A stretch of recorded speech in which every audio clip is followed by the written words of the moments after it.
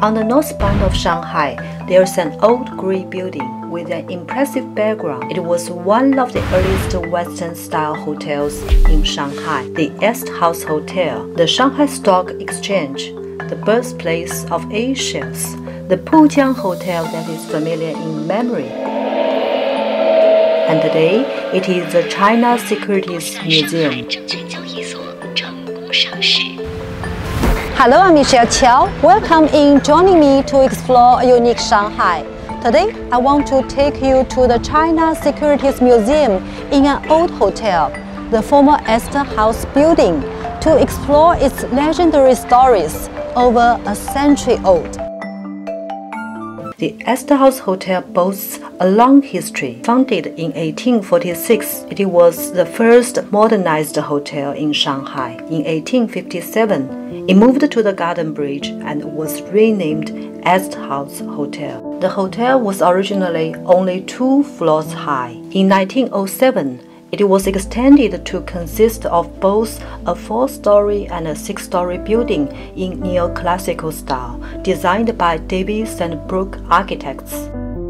The facade of the building is divided into 3 sections, decorated with square and arched doors and windows, ionic columns, and a tower in the top corner. After the grand expansion, the hotel was advertised in leading English newspapers, proudly calling itself the Waldorf Astoria of the Orient and the largest, best, and most modern hotel in the Far East. The Astor House was a very nice hotel in old Shanghai. According to the 1912 edition of the English magazine Social Shanghai, an ice-making machine plus the ample supply of electric fans kept the hotel so beautifully cool in summer. The most contemporary bathrooms have long white enameled baths imported from the UK with a hot water system laid inside. The hotel's 7-piece band played at every meal. The Astor House Hotel's rich history has witnessed many historical moments in modern Shanghai. It was the city's first hotel to use coal gas, electric lamps and tap water, and the first to provide telephone and taxi services. During its finest days, the Astor House Hotel attracted many foreign guests. Celebrities like former U.S. President Ulysses S. and British philosopher Bertrand Russell stayed at the hotel when they came to Shanghai. It was also the hub of a journalism dynasty, the Milliard Snow succession. In 1917, Thomas F. Milliard famously founded Millard's Review in Shanghai. He used to live in the hotel.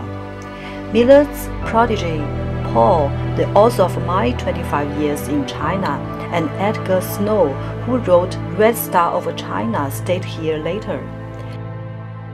In the summer of 1931, a young American girl named Helen arrived in Shanghai and checked in at the Astor House, which was introduced to her via Mr. Milliard. She met Edgar on the first day of her stay. Snow fell in love with Helen at first sight and made a successful proposal on the bond the following year.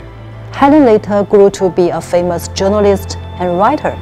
Today, the decorations of the golden 1930s that Helen Foster knew are extensively preserved.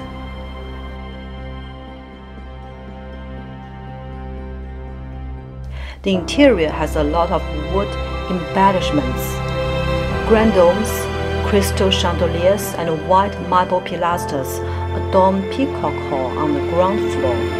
There are 12 semicircular boxes on the second floor. The original parquet floor was designed in a pattern of large spirals. Look carefully, and the rotating skirt reveals itself. After changes, in 1959, the hotel was renamed the Pujiang Hotel, mainly to welcome foreign guests. In 1990, the Shanghai Stock Exchange launched with a ceremony in Peacock Hall. The hotel embraced a renewed role and witnessed a new history. Later, it became a hostel and a luxury-style hotel, successively attracting many nostalgic guests. In 2018, the hotel transformed into the China Securities Museum, and Peacock Hall became an exhibition space. This is the famous Peacock's Hall on the ground floor of the museum. The orchestra pit was designed in the shape of a peacock's fan.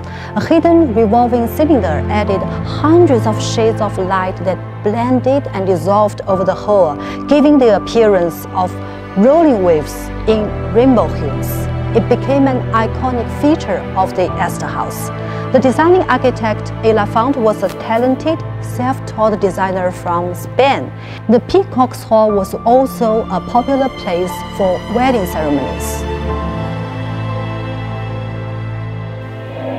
On December 19, 1990, at the sound of a gong, the first Shanghai Stock Exchange, after the reform and opening up, officially opened for business, welcoming a new era of A-shares.